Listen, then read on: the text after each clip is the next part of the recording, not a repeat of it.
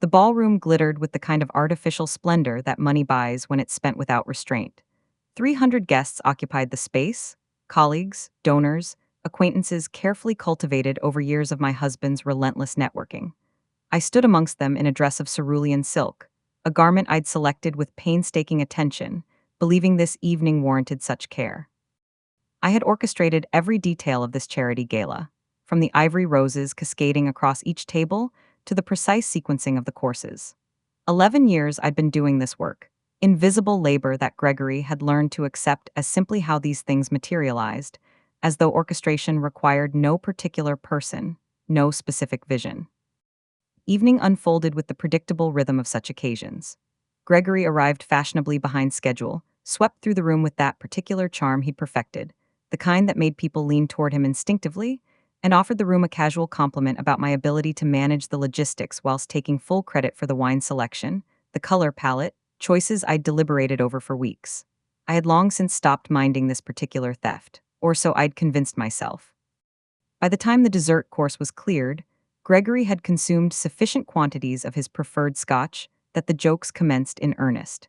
He regaled our table with observations about my supposedly outdated habits, my reliance on handwritten ledgers, my apparent technological incompetence. The laughter that followed felt both inevitable and somehow worse for its predictability. Mrs. Alderman, seated across from me, reached over and patted my hand with an expression of sympathetic pity that stung far more acutely than mockery might have done. "The least exciting woman in this entire room," Gregory declared to anyone within earshot, and I mean that with love. That final phrase, asterisk with love asterisk, was his peculiar habit, a verbal receipt he offered as though it transformed cruelty into affection, making the transaction of public humiliation somehow legitimate through the addition of those three words. I hadn't anticipated what would come next. The charity auction was not unfamiliar. Gregory's business associate, a man named Tom, had pioneered these bachelor auction spectacles at various events throughout the city. But when someone suggested that the concept might translate entertainingly to married couples, when the suggestion lodged itself in Gregory's mind as comedy gold, I simply stood when he pulled me toward the small stage that had been erected for the evening's musical entertainment. I thought perhaps he intended to make an announcement of some variety, something genuinely kind. Instead, he claimed the microphone with the confidence of someone accustomed to rooms reorganizing themselves around his desires. "Let's commence the bidding at $20, he announced, his grin suggesting he'd just delivered the wittiest line of the evening. "Who possesses sufficient interest in acquiring this decidedly useless wife?" The laughter that erupted felt like something physical, rolling through the ballroom in waves that had apparently been waiting for precisely this permission to be released. I maintained my composure, spine straight, hands folded before me, because I'd learned long ago that dignity constitutes the sole possession a room full of mocking people cannot seize unless you willingly surrender it. Someone near the bar raised a paddle, as though participating in what they believed was jest. $20, they called out cheerfully, and the crowd's amusement intensified. Then the atmosphere shifted entirely. The room's collective energy transformed in the space of a single heartbeat. $2 million. The voice emerged from the ballroom's rear entrance. Calm, unhurried, the particular tone of someone never required to raise their voice to command attention. The room fell into absolute silence. Every head turned simultaneously, as though operated by identical mechanisms. Gregory's hand slipped from my shoulder, and I found myself searching the crowd, my gaze settling upon a gentleman I'd never encountered, tall, dressed in charcoal gray, regarding me with an expression I couldn't immediately decipher. It wasn't sympathy, nor amusement. It resembled something closer to reverence, which confounded me entirely. The stranger moved forward without apparent haste, and the assembled crowd parted instinctively, as though he represented the only consequential person occupying the space. My pulse accelerated, not from fear, but from the inexplicable certainty that my life was about to transform in ways beyond my control. He paused at the stage's edge and studied me with the intensity of someone conducting a search that had consumed years. "My name is Daniel Whitmore," he said, and I perceived a subtle collective intake of breath ripple through the assembled guests, apparently because this designation carried significance I'd been insufficient to recognize. Gregory recovered first, extending his hand with that salesman's smile, snapping instantaneously into place.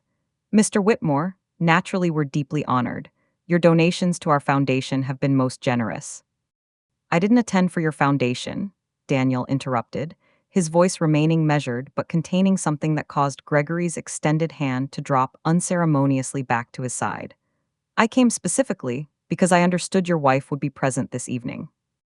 The silence that followed felt profound enough to hear the crystalline shifting of ice 3 tables distant. I apologize, Gregory managed, laughing that nervous sound I'd heard countless times before. Have Angela and yourself previously met? Do you know Mr. Whitmore, Angela?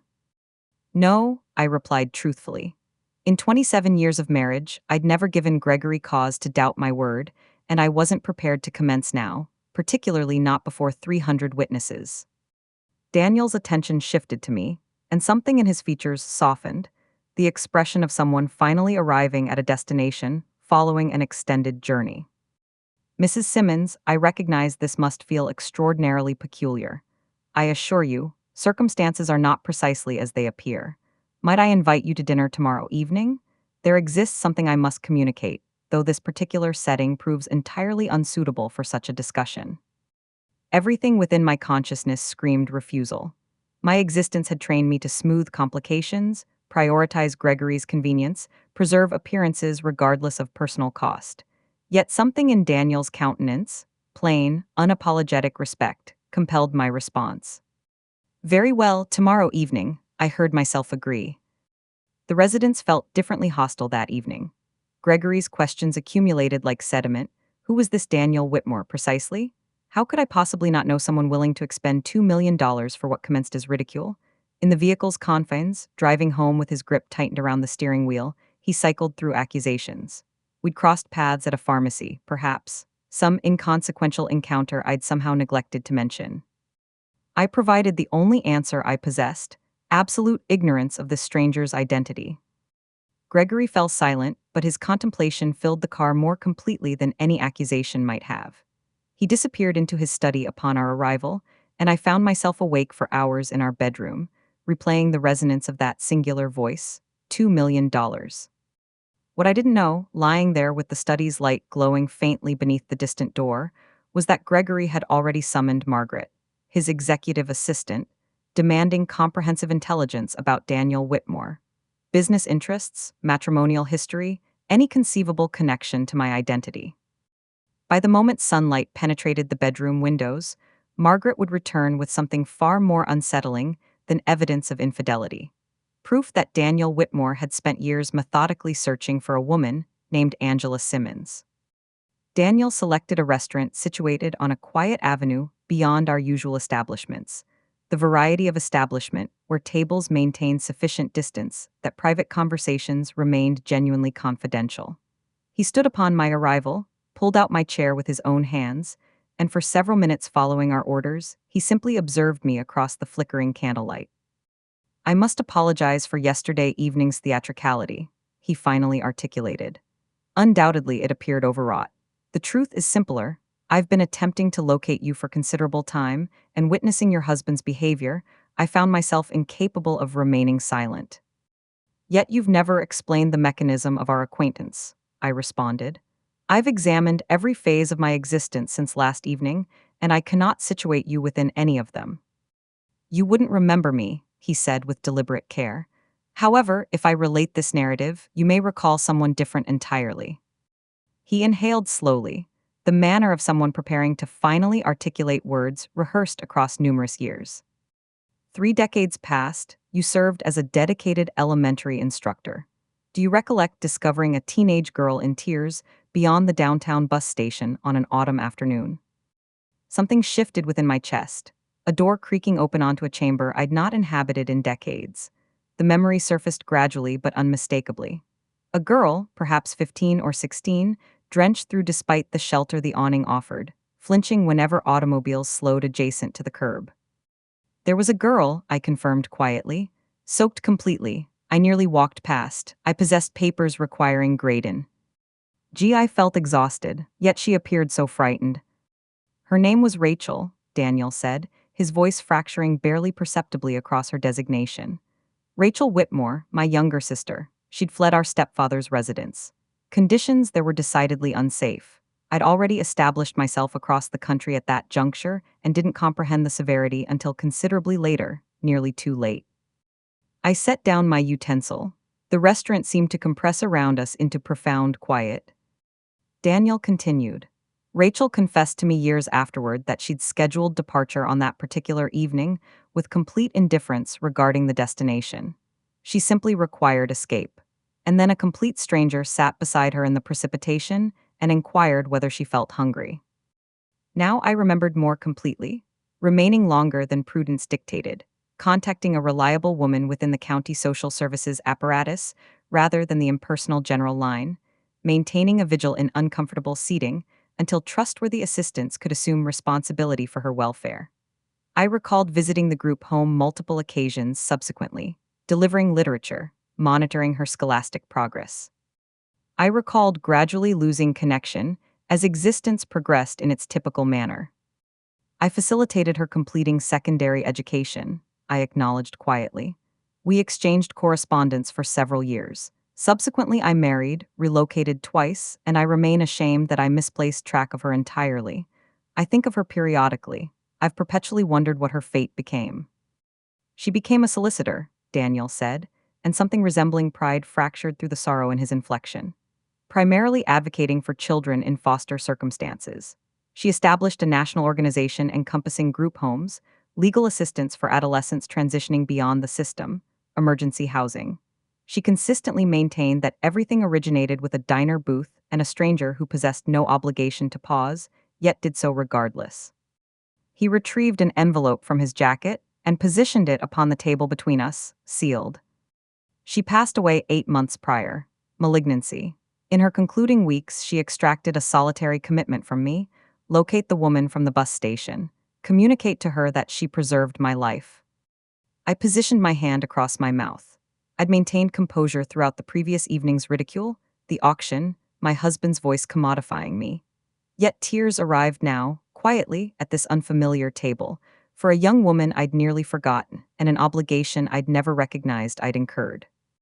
The $2 million wasn't charitable contribution, Daniel articulated with gentleness. Comprehend this, please. I didn't perform it for your husband's foundation, and I didn't intend to mortify him. Though I confess I experienced minimal regret if it achieved precisely that outcome. I executed it because for 3 decades, every individual within your existence has determined your worth without genuinely observing you. I desired, for merely one occasion, for a room containing numerous individuals to witness the authentic reality. I dabbed my eyes with the cloth provided. I don't possess words adequate for this moment. Words aren't necessary this evening, he responded. Simply accept this. It originates from Rachel. She composed it preceding her passing, in case my search ultimately succeeded. I haven't read it. The privilege isn't mine. I held the envelope with both palms, terrified that excessive pressure might cause it to disintegrate. Sitting there with the candle burning progressively lower and precipitation commencing once more against the window panes, I comprehended that whatever resided within it would fundamentally restructure my existence. I merely remained uncertain regarding the magnitude of that transformation. I opened it alone in the guest accommodation, where I'd been reciting since that gala evening. Unable to read Rachel's final communication, with Gregory's voice penetrating through the partitioning wall, repeatedly demanding knowledge of Daniel Whitmore's actual relationship to me. Her penmanship was diminutive and methodical, a solicitor's handwriting, and commenced with simplicity itself. Dear Angela, if you're perusing this, my brother ultimately succeeded in discovering you, and I harbor hope it wasn't excessively belated. I desire you to comprehend that the woman who purchased me sustenance on the most dreadful evening of my life became the foundation upon which I constructed belief that kindness persisted within strangers. Everything I constructed, I fabricated consequent to a single hour you've presumably entirely forgotten expending with me. I've instructed my solicitors accordingly. I harbor hope you'll embrace what I'm bequeathing not as remuneration, because you never solicited anything, but as substantiation that kindness doesn't dissipate, it proliferates. It simply requires considerable duration to culminate in its return. Accompanying the correspondence were juridical instruments I required reading twice to comprehend. Rachel hadn't simply left monetary resources. She'd left me positional authority. A directorship within the foundation she'd devoted her existence constructing, along with controlling shareholding affecting its strategic orientation. Leadership, significance.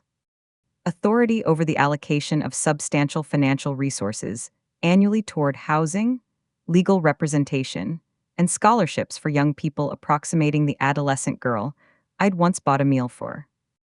I remained positioned on that unfamiliar mattress for extended duration, clutching documents that suddenly rendered my hands sensation, as though they belonged to an altogether different person. Downstairs in our primary residence, Gregory was orchestrating his own transformation, though substantially less philanthropic in character. He'd retained a private investigator, a specialist designated foster, apparently experienced in matrimonial complications. Gregory remained persuaded in the particular manner of guilty individuals who habitually transpose their transgressions onto others that Daniel and I possessed unexposed romantic entanglement he simply hadn't yet uncovered. Some liaison substantial enough to clarify the monetary expenditure and that exclusive supper. He desired substantiation prior to confronting me, fortified against any legal proceedings. What Foster ultimately discovered unsettled Gregory considerably more profoundly than evidence of infidelity might have accomplished. Foster located colleagues from 2 decades prior who recollected me maintaining granola bars within my desk drawer for undernourished pupils. He identified a widow designated Diane, whom I'd accompanied weekly for 2 years following her husband's passing, throughout periods when Gregory remained preoccupied with commercial expansion and didn't register my Tuesday afternoon absences. He uncovered 3 formerly fostered adolescents, now mature, who characterized a woman attending their scholastic performances because nobody else would materialize. He identified a military veteran called Harold who attributed his ultimate benefits acquisition to my assistance, navigating bureaucratic processes the veteran's administration had previously rejected. Nothing within this compilation proved sensational. None of it scandalized. It constituted merely decades of modest, unmemorable generosities I'd never considered sufficiently engaging to mention at Gregory's dining table, and he'd never once requested explanation regarding my temporal allocations beyond his immediate requirements. The investigator's documentation arrived simultaneously as the video commenced proliferating. Someone captured the auction on a mobile device, a guest recording without deliberation, as individuals now perpetually document everything. By Thursday, the recording demonstrating Gregory maintaining that microphone, grinning whilst proclaiming, "Let's commence the bidding at $20, had accumulated 4 million viewings. The commentaries individuals appended proved decidedly unsympathetic toward him. A late evening entertainment program referenced it within comedic monologue. A women's advocacy organization redistributed it with caption text declaring, "This exemplifies casual brutality when it disguises itself in formal evening wear." That iteration alone surpassed 1 million viewings by Friday's commencement. Corporate sponsors commenced telephoning. Architectural contractors who'd executed agreements with Gregory's enterprise the preceding spring requested their solicitors examine contractual exit mechanisms. A journalist who documented the gala for regional commercial publication contacted me requesting editorial commentary. I declined because I possessed no prepared statements and possessed zero interest in articulating anything spontaneous. Gregory appeared Friday evening, resembling someone who'd accumulated 5 years' deterioration across 5 days. He didn't interrogate regarding Daniel. He didn't inquire concerning the envelope I'd deliberately secured within the guest room's dresser. He positioned himself at the kitchen island with his mobile device face down and articulated very quietly, "It's omnipresent, Angela. I'm incapable of terminating it." I didn't immediately respond. I contemplated Rachel's correspondence above stairs, contemplated the inexplicable potency, reciting within a solitary authentic hour, spent with a frightened stranger, and reflected upon how Gregory's trajectory might have diverged had he ever, throughout 27 years, wondered what I accomplished with my temporal allocations. Before I could formulate appropriate response, his mobile device activated. He received the communication, remained silent F. Or extended duration, and I observed the remaining pigmentation evacuate his complexion entirely. "The board mandates an emergency assembly," he articulated. "Monday morning, all of them." The board assembly persisted for 90 minutes. Gregory recounted particulars that evening in fragmentary pieces. In the manner individuals describe phenomena, they remain too disoriented to properly synthesize into coherent narrative. 7 directorial members occupied positions around the extended table, positioned within the glass-enclosed conference chamber. He'd once taken substantial gratification in exhibiting to prospective clientele. The space featuring that harbor vista he particularly favored displaying. Not one individual would quite engage his optical contact, Gregory reported. It was William Ashford, the eldest among them, who ultimately articulated what the remainder were contemplating. This transcends the jest, Gregory. Jests find forgiveness. This communicates something regarding the individual you actually comprise when you believe nobody consequential observes. 2 of those architectural contractors who'd been contemplating contractual dissolution throughout the preceding week formalized their decision Monday afternoon. A hospitality collective finalizing arrangements for contemporary construction withdrew entirely, citing, in solicitors' characteristically cautious phrasing, apprehensions regarding institutional alignment. By Wednesday, the enterprise's projected valuation had diminished sufficiently that Gregory discontinued mentioning numerical figures entirely. Thursday, he approached me with television representation, a morning broadcast program requesting both of us to participate, to establish an authentic narrative together, to articulate that everything comprised an internal joke, that I'd sustained no damage, that our relationship remained intact. He'd already communicated affirmative response to the broadcast personnel. He requested that I simply materialize, smile, validate his preferred narrative. I observed him extended duration prior to articulating response. I shall not fabricate narratives for anybody anymore, Gregory, not even yourself. He didn't vocalize protest. Some component of him had apparently already ceased anticipating my compliance with anything he requested. He merely positioned himself heavily upon the kitchen seating and positioned his head within his palms. And for the initial instance in extended duration, I experienced something approximating commiseration for him, though insufficient to reconsider my declaration. I contacted Daniel later that week, not concerning the broadcast, but regarding the envelope, Rachel's correspondence, the peculiar weightiness of responsibility I didn't yet comprehend how to bear. He didn't endeavor persuading me regarding any particular decision.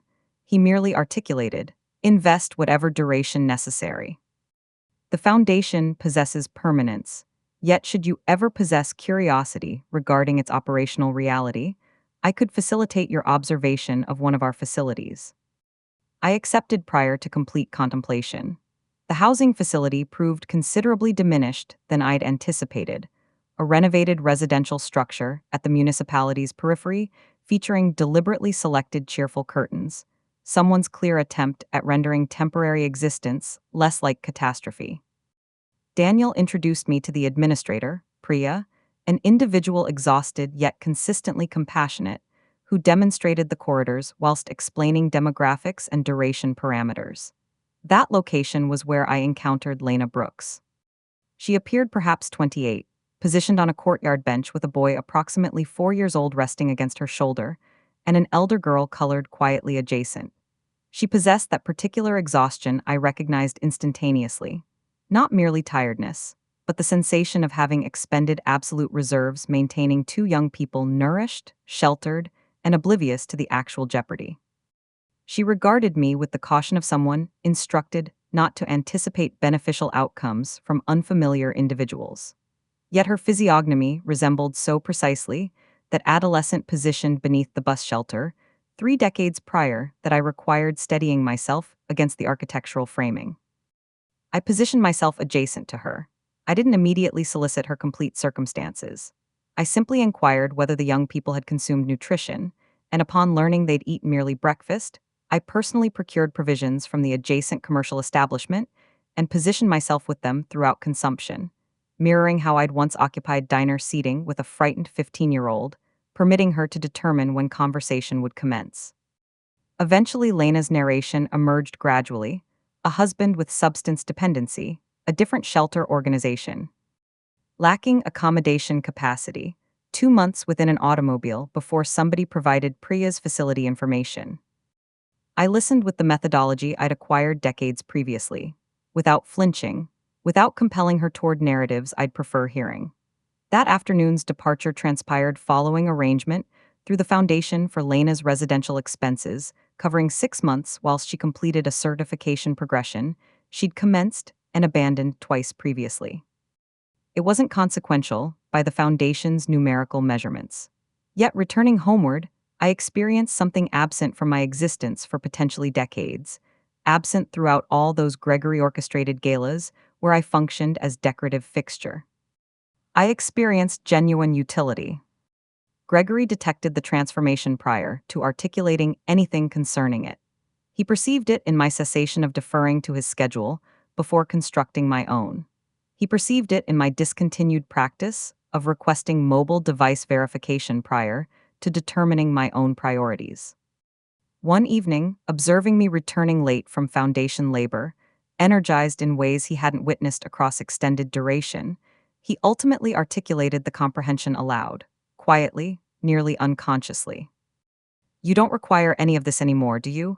Me, the enterprise, nothing." I didn't immediately formulate response because I remained establishing the answer independently. Yet observing his physiognomy within the kitchen's illumination, I comprehended he'd already recognized the reality, and some component had anticipated it preceding the microphone ever approached his hand. The invitation to Rachel's Foundation assembly materialized in cream correspondence with my appellation rendered in gilt lettering. Beneath my designation appeared text necessitating threefold perusal for belief. Keynote speaker, Angela Simmons. I contacted Daniel immediately, half persuaded someone had committed clerical error. He responded that no mistake existed and that the directorial composition had achieved unanimous determination. They desired the founder's account presented by the individual who'd originated it, whether she remembered that origination or otherwise. I nearly declined. Performing before assembled audiences had never constituted the component I'd wanted. I'd existed as somebody useful originating from architectural margins, not from their facilities' centers. Yet I contemplated Lena, 6 months into her certification progression, transmitting me photographic evidence of her daughter's scholastic project with textual enthusiasm I hadn't perceived in her original vocalization. I reflected upon Rachel's correspondence still positioned within my dresser compartment. Kindness doesn't dissipate, it simply requires extended duration for return. I communicated affirmative. The gala evening arrived. I dressed independently within my own modest residence, one I'd inhabited for 6 weeks following my communication to Gregory that I required contemplation space. I selected emerald fabrication, absolutely dissimilar from that cerulean garment from that alternative ballroom existing in a different lifetime. I arranged my own coiffure and didn't once examine my mobile device for approbation. This occasion, walking into a room containing 300 individuals, I wasn't positioned beside a husband-wielding microphone as weapon. I progressed toward a stage where my designation already appeared within the formatted program. Daniel materialized at the threshold, extended his appendage, and facilitated my entry with the steadiness that aged companionship provides entering locations generating apprehension, remaining unhurried. "Minimal articulation remains necessary," he communicated. "Merely communicate authenticity. That's precisely what Rachel ever requested from anybody." Upon summoning my designation, I ascended without trembling, though my cardiac rhythm accelerated throughout the progression. I examined the assembled gathering, Foundation contributors, previous directorial participants, recognizable physiognomies from the facilities we now financed throughout 4 administrative jurisdictions. I recounted the precipitation-soaked afternoon adjacent to that bus terminal, the diner booth, the adolescent I'd nearly disregarded because educational papers required completion. I articulated that I'd never contemplated it as genuinely remarkable in that moment. I articulated my contemporary comprehension that such a distinction constituted precisely the circumstance, that transformative kindnesses rarely announce their significance whilst transpiring. The lighting diminished. A display behind me materialized with portraiture. A woman in her 40s, formerly within foster circumstances, articulated regarding scholarships permitting her nursing credentialing. A gentleman in his 60s, the individual designated herald, whom Foster's investigation had actually uncovered, discussed bureaucratic paperwork and advantages he'd contemplated abandoning. A former educator described granola bars within my desk drawer, her visage displaying freely flowing precipitation while she articulated, and I discovered I required positioning my appendage across my mouth for composure maintenance.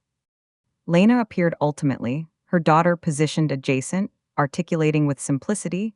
She positioned herself alongside us. That's everything. She simply positioned herself with us until impossibility no longer characterized the situation. I examined the darkness and identified Gregory, positioned toward the rear, unaccompanied, within seating he must have requested quietly, absent drama, without expectation of acknowledgement. He didn't display that expression he employed for capturing mechanisms. He simply remained positioned, remaining completely still, mirroring my previous stillness upon stages he'd constructed for myself. Following the ceremony's conclusion, whilst the gathering dispersed and personnel commenced clearing furnishings, he located me adjacent to the garment examination position, and he didn't endeavor charming his manner into the moment with characteristic methodology. "I perceived everything," he articulated. "The video, everything this evening. 27 years, Angela. I never once inquired what occurred during your Tuesday afternoons."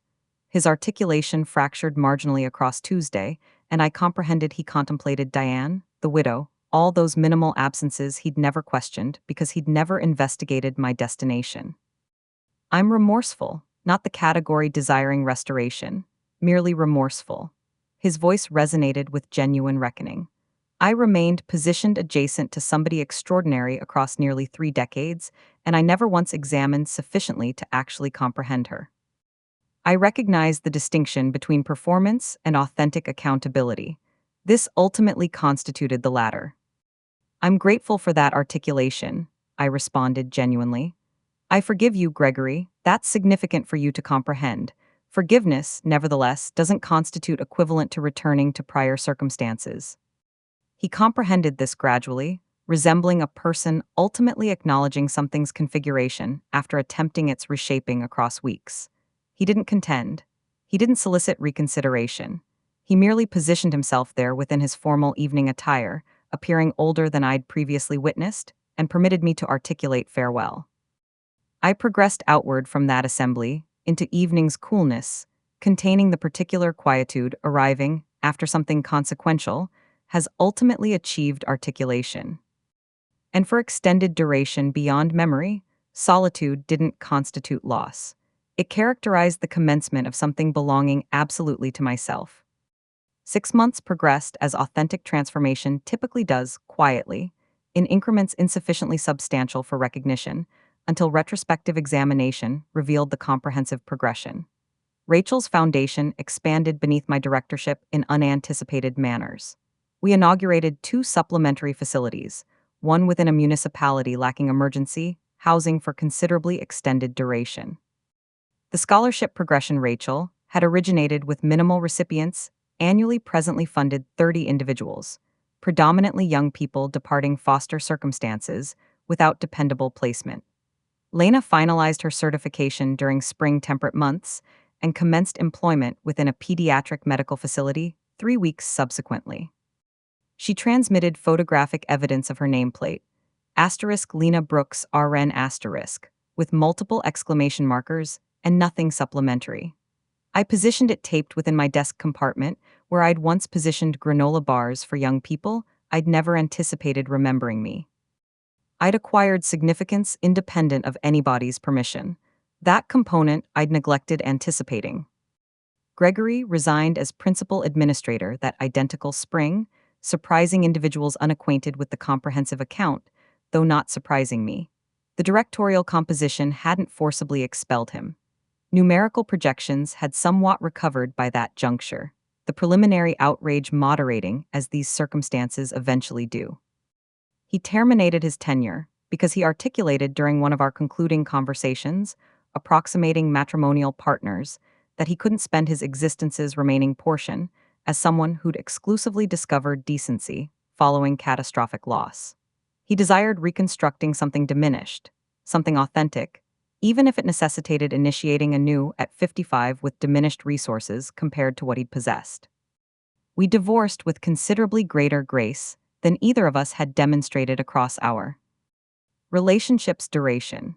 No judicial confrontation, no asset distribution resembling warfare apparatus, merely two individuals ultimately authentic with one another, inscribing documentation within a solicitor's facility and shaking appendages, subsequently resembling colleagues terminating an extended, complicated professional partnership.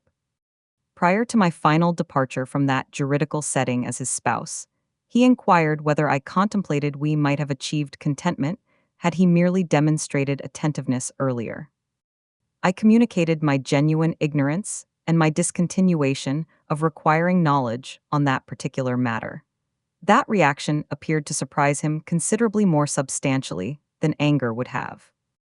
On a quiet autumn Sunday, Daniel and I traversed to the cemetery where Rachel occupied positioning, a modest stone beneath an arboreal specimen just commencing golden peripheral discoloration. Daniel had procured white florals, her favored variety, he disclosed, and positioned them meticulously adjacent to the nameplate's foundation, whilst I remained positioned beyond him, permitting him the solitary moment that sorrow occasionally requires prior to sharing. Upon his withdrawal, I positioned myself and positioned my appendage directly against that stone's coolness, perceiving the carved nomenclature beneath my tactile sensation.